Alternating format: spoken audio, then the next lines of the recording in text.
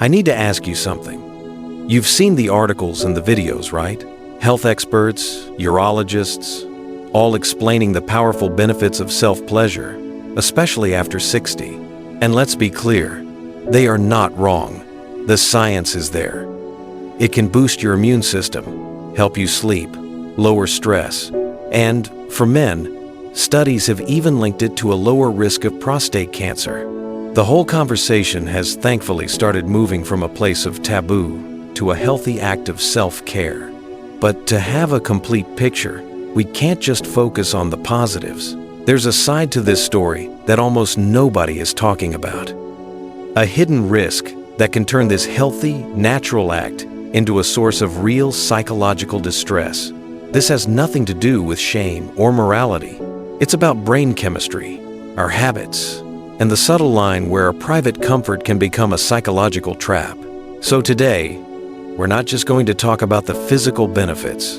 We're going to have an honest conversation and ask a difficult question. When does a healthy habit cross the line and become a compulsion that actually deepens loneliness instead of helping it? I've looked into the psychology here and spoken with experts to walk you through the warning signs that you need to be aware of.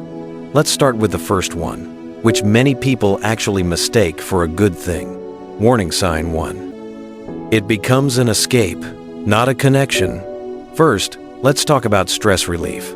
This is one of the most celebrated benefits. After a tough day, that release of endorphins and oxytocin can feel like a welcome relief, and it can be a perfectly healthy way to manage the day-to-day pressures of life. However, there's a critically important distinction between using it for occasional stress relief and using it as your only tool to cope with every negative feeling you have. As we get older, life can bring some unique challenges. The loss of a partner, new health issues, retirement, or just a creeping sense of being isolated. These things bring on very complex emotions like grief, anxiety, and deep loneliness. And this is where the danger can start. Some people begin using masturbation to cope with any and all stress, or to mask that emotional pain. It stops being about pleasure or exploring your body and becomes an automatic button you press anytime you feel uncomfortable, even if you're just bored. This is what psychologists call an avoidant coping mechanism. Instead of facing the real reason you're distressed, the loneliness, the grief, you turn to a predictable and fleeting high to numb it for a little while. The act becomes a way to check out from reality for a few moments. But here's the problem. The issues don't go away. In fact, they often get bigger in the background. It creates a cycle where you feel bad. You seek that temporary release. The root cause doesn't get solved, and so the bad feelings come back, often even stronger. The key here is to understand that true self-connection isn't about escaping your feelings. It's about facing them. When a habit becomes your main way to avoid your life, it's no longer serving you. Warning sign 2. The law of diminishing returns. Now for the brain science. Your brain is wired to seek pleasure. When you do something enjoyable, your brain releases dopamine. That's the neurochemical for reward and motivation. It feels good, and it encourages you to do it again. In a balanced life, this is perfectly healthy. But when the behavior becomes compulsive, something else can start to happen. The brain begins to adapt. Think of it like this. If you keep pressing the same button over and over, the reward pathway can get worn out. This can lead to what's known as tolerance. The same act that once brought a sense of release and pleasure now feels less satisfying. To get that same dopamine hit, you might feel an urge to increase the frequency or the intensity. This creates a really frustrating cycle. You find yourself chasing a feeling that's becoming harder and harder to find. What used to be a simple source of pleasure now might take much longer, or you might need more intense stimulation to get the same result. This can lead to feelings of anger or frustration, a sense of being broken, especially when you're already navigating other physical changes that come with age. This isn't just a sign of getting older. It's a warning sign that your brain's reward system may be getting out of balance. When you find you constantly need more, just to feel normal. The habit has likely crossed a line from healthy pleasure into a compulsive chase. Warning sign 3. It replaces real, world interaction. Time and energy are finite resources. How we spend them defines our quality of life, especially as we age. A healthy habit fits neatly into your life. A compulsive one starts to take it over. And one of the most insidious risks here is social isolation.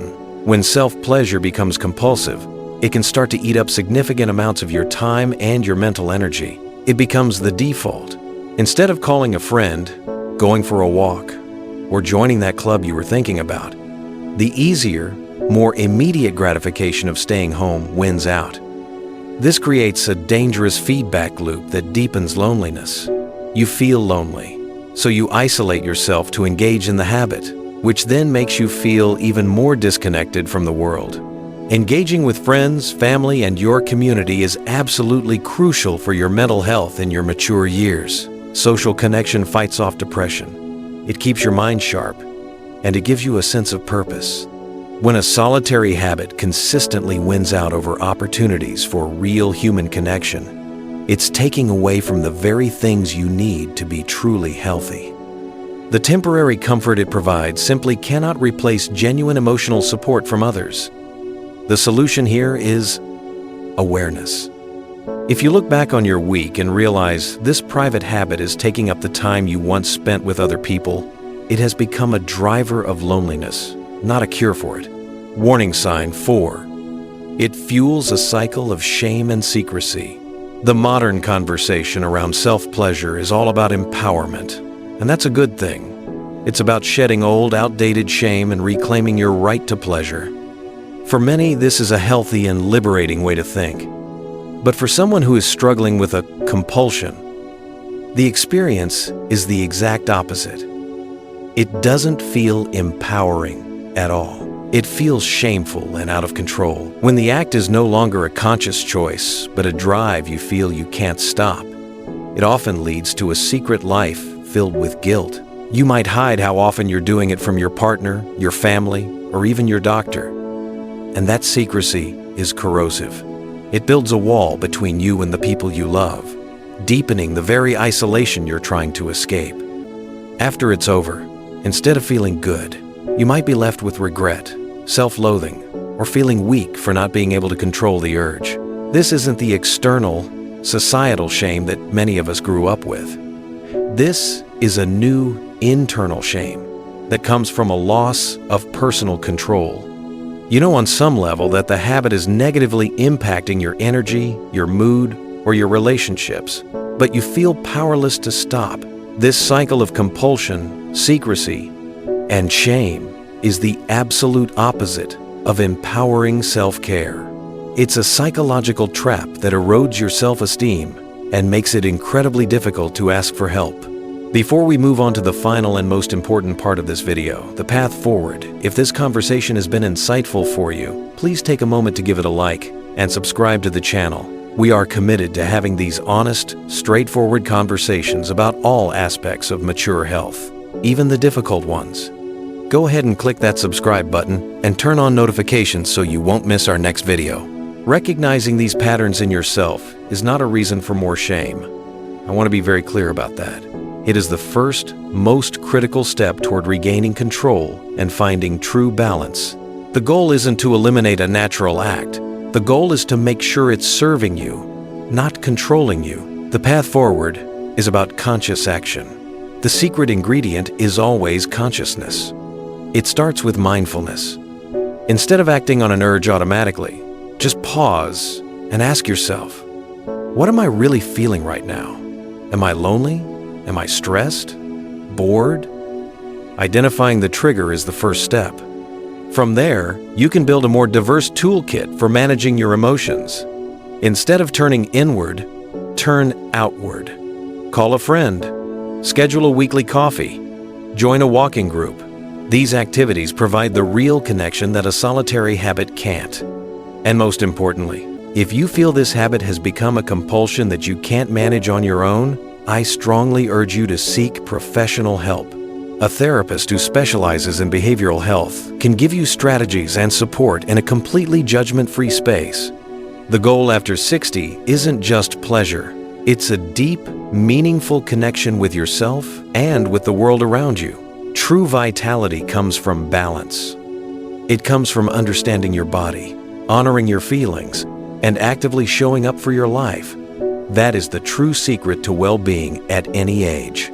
I hope this conversation was helpful. I'd genuinely like to know what you think. What was the most surprising point for you today? Leave a comment below. Let's continue this important discussion together. Stay healthy, and I'll see you in the next video.